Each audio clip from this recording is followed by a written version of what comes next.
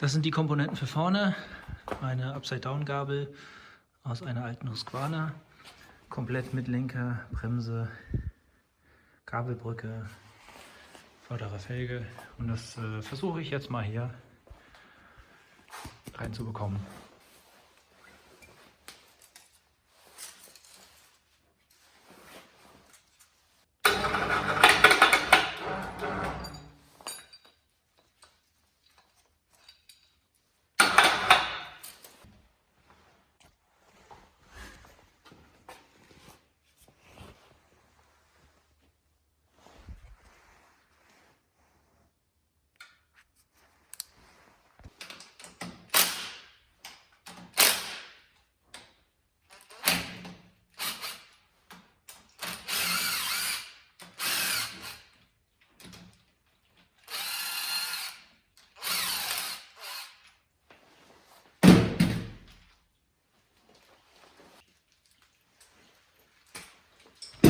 Die Elektrik kommt eh komplett neu, da soll eine M-Unit rein von Moto Gadget. Deswegen scheißegal, der Kabelbaum hier ist eh nicht mehr zu gebrauchen. Kann man einfach auseinanderreißen.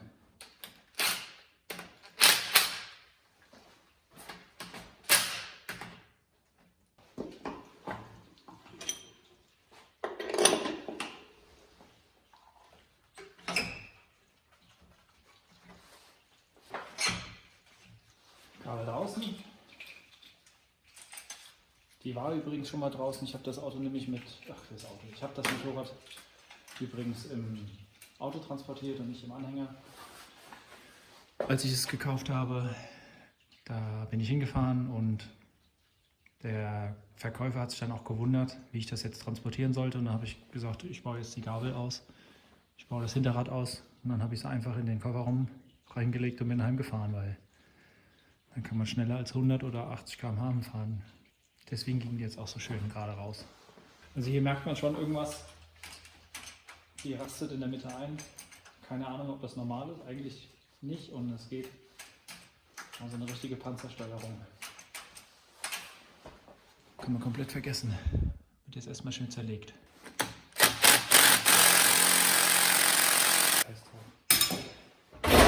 Dann geht's halt so.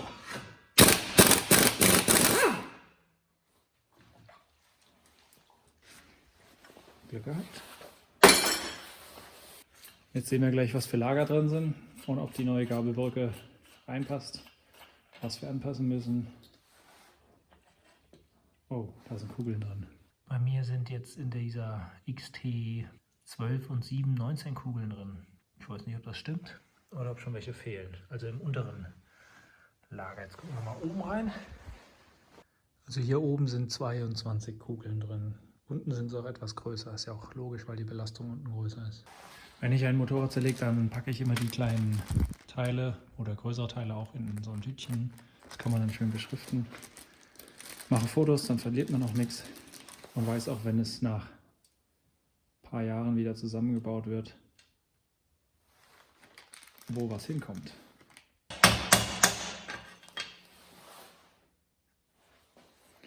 Untere. Mal richtig schön Ohrenschmalz. Zack, auch draußen. So, hier habe ich nochmal alles aufgeschrieben. Oberes Lager der Gabelbrücke, unteres Lager, also vom Steuerkopf, Husqvarna XT. Das obere Lager könnte man direkt übernehmen. Also das alte Lager könnte man einfach weiterverwenden, oben. Unten haben wir das Problem, dass das Lager größer ist als der Schaft selbst. Man könnte jetzt ein Lager suchen, was passt. Oder man könnte eine Hülse drehen, die 2,5 mm Wandstärke hat. Über die Gabel rüberschieben, über den Schaft. Und auch das untere Lager dann original weiterverwenden. Das wäre die einfachste und günstigste Lösung jetzt erstmal. Also wir würden hier das Lager abmachen. Dann eine Hülse drehen, die über diesen 25er Schaft drüber kommt, damit das auf 30 mm aufgeweitet wird. Und dann würden wir die alten Lager der XT weiterverwenden können. Wahrscheinlich müssen wir dann noch hier die Höhen anpassen, aber das ist dann der nächste Schritt. Der von der Husqvarna ist 21,5 cm, also 215 mm lang. Und von der XT Wenn ich das richtig sehe, ja, hier ist auch keine Unterlegscheibe mehr. Ist etwas kürzer, aber das ist ja okay. Der ist 1 cm, also 10 mm kürzer, der hat 205 mm Länge, der Schaft. Abschneiden geht immer. Das ist der Vorteil. Aber es könnte auch so klappen. Die Gabelbrücke selbst ist ja auch dicker. Deswegen, möglicherweise klappt es ohne irgendwelche Modifikationen. Das ist das Lager von der XT, das Originale. Die können wir wahrscheinlich nicht mehr verwenden. Also das untere sieht noch gut aus. Aber das obere Lager mit den Kugeln hat hier kleine Beschädigungen, wie man sieht. Und ich werde es jetzt testweise montieren. Das wird ja eh nochmal alles neu gemacht. Also ich baue jetzt erstmal das Motorrad um. So wie es nachher aussehen soll, baue ich es um. Und dann wird es ja eh nochmal komplett zerlegt. Und alles neu gemacht. Aber erstmal muss die grobe Struktur stimmen.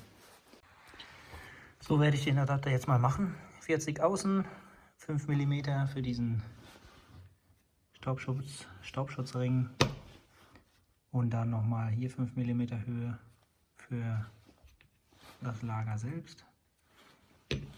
Innen 25, außen 30.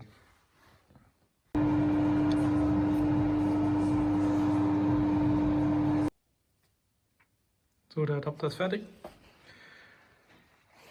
Das kommt so hin, dieser Staubdichtring, und dann wird das hier so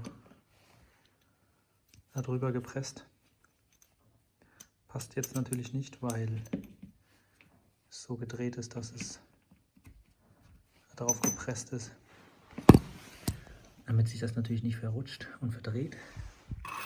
Genauso wie wenn man es hier drauf macht, hier geht es auch nicht ganz runter, weil da die ist. Also muss man das Teil heiß machen, da drauf machen, beides heiß machen, da drauf machen und dann müsste es reinpassen. Schalen, die ins Steuerrohr eingepresst werden, sind jeweils 1 mm im Durchmesser größer, dass man ein bisschen Spiel hat beim Einbauen, also kann man die gar nicht vertauschen mit den anderen beiden. Jetzt nehmen wir ein bisschen Fett und machen das hier auf den Ring, damit die Kugeln schön beim Einbau halten und beim Lenken geschmiert sind. Wie gesagt, das ist ja alles nur ein Test vor dem finalen Zusammenbau. Wird das natürlich nochmal alles ersetzt durch Neuteile. Wenn sie dann defekt sind, so kommen die ganzen Kugeln da rein. Ich weiß ja auch nicht, ob das die richtige Menge an Kugeln ist. Das prüfe ich nochmal im Internet.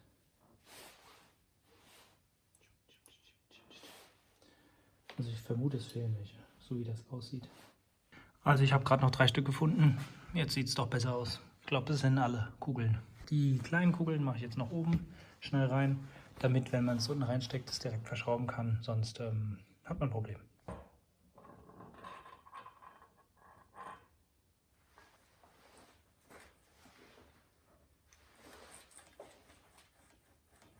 Diese Staubkappe habe ich noch montiert, das ist die originale. Unterlegscheibe muss ich noch eine richtige machen.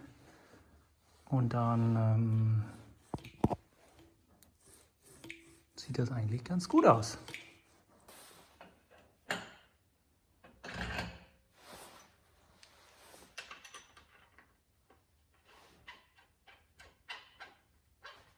Dann würde ich sagen, bauen wir die Gabel ein, stecken das Rad rein und testen einfach mal.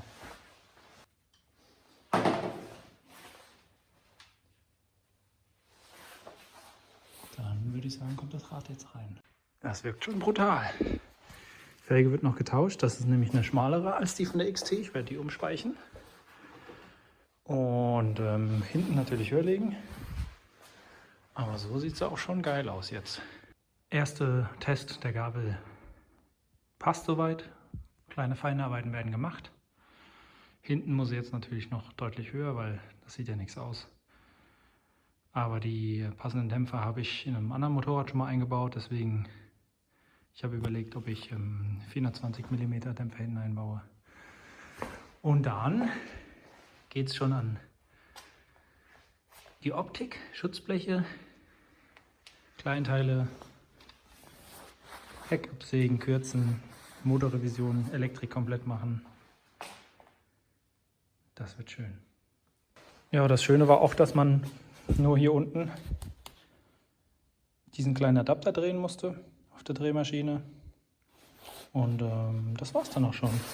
Sonst hatte soweit alles Plug and Play gepasst. Wenn es immer so einfach wäre.